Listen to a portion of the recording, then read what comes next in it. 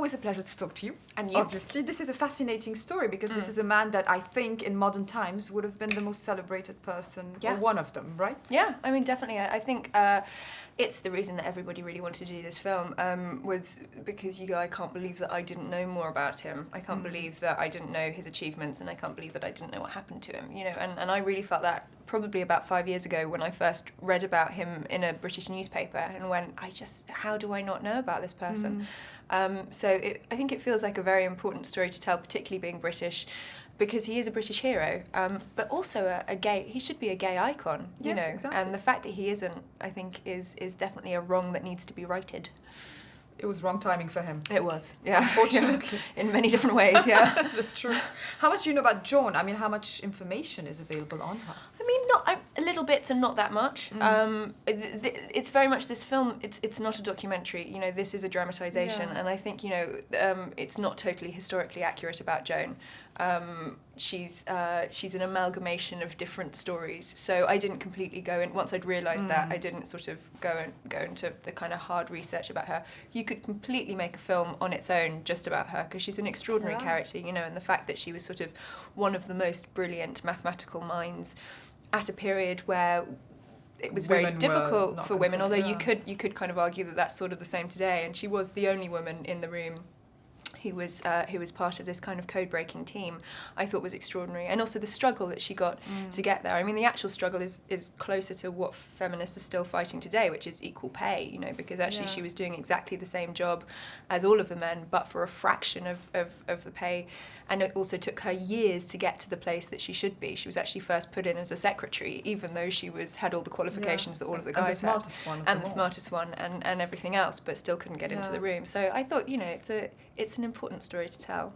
Do these women fascinate you? I mean, I'm thinking of a Dangerous Method as well. These women are so fascinating to look back at. So do you get fascinated by them for a while? Yeah, I mean, I do. I mean, look, I find lots of different things fascinating, but I think particularly people who've had to struggle so much in order to get noticed and are largely forgotten by history. In their achievements largely forgotten, their existence largely forgotten, and I think it's always extraordinary when you find one and you kind of go, gosh, this should be out there. People should know about her. She should be a great kind of hero in her own right.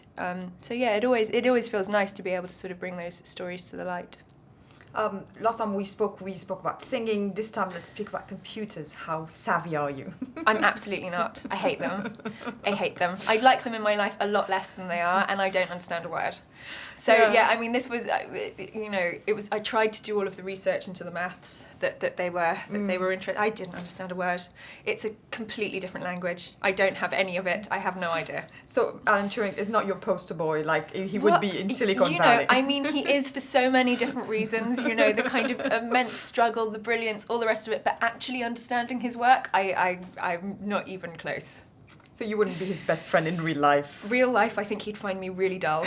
Yeah, and a bit stupid, actually. So there you go. It would be interesting to know his point of view about, what cinema and stars are and all these things, sure. if he would have found them useful to society. I can't imagine he would have been particularly interested. But maybe, who knows? Let's talk about Benedict, who's a brilliant actor. Yeah. I think his screen presence is so great. So being, with him in this film, what did you enjoy most? He's sensational. I mean, he's been my friend for a very, very long time, and it's always wonderful to work with friends, and he's always been brilliant. He's always been the actor who's been working the most, and he never stops working. He is literally the hardest working person I've ever met in my life. And the fact that these things in the last few years have started to hit, and that the success has actually caught up with how brilliant everybody sort of always knew that he was, is totally fantastic. And I think, his interpretation of this character is wonderful, totally wonderful. And I think, it was a huge reason for doing this for me, was I was like, I know that he can get all of the different shades and all of the different complexities of this character, and he's not the sort of actor that tries to simplify it. He kind of embraces complexity, and I thought that was important for this, and I think he's done it brilliantly. Does that still, remain important, the way you're dressed for a role? I mean, it's a cliche question, but does it really put you in the mood? I mean, it always is, yeah. If you have the wrong costumes, it just doesn't work. There's no point. If Joan in this had been dressed, in something like I'm wearing today, bejeweled and all the rest of it, you'd look at it and go, that doesn't make any sense, that doesn't work.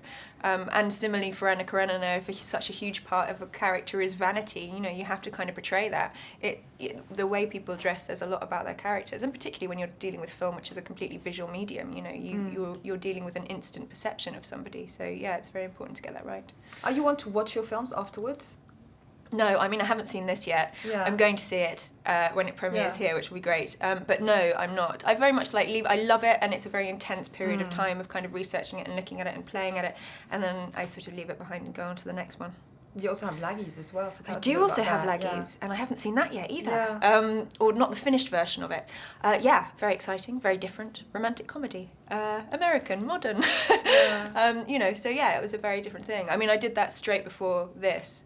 And actually, one of the things that I was fascinated by was that I was in Seattle at the time filming Laggies, and when I said yes to this, and I went to 4 different bookshops trying to get books about Alan Turing, and nobody had either heard of him, and there wasn't any books on him in any of the bookshops. And I thought, wow, well, that's a very important reason to do the Imitation Game.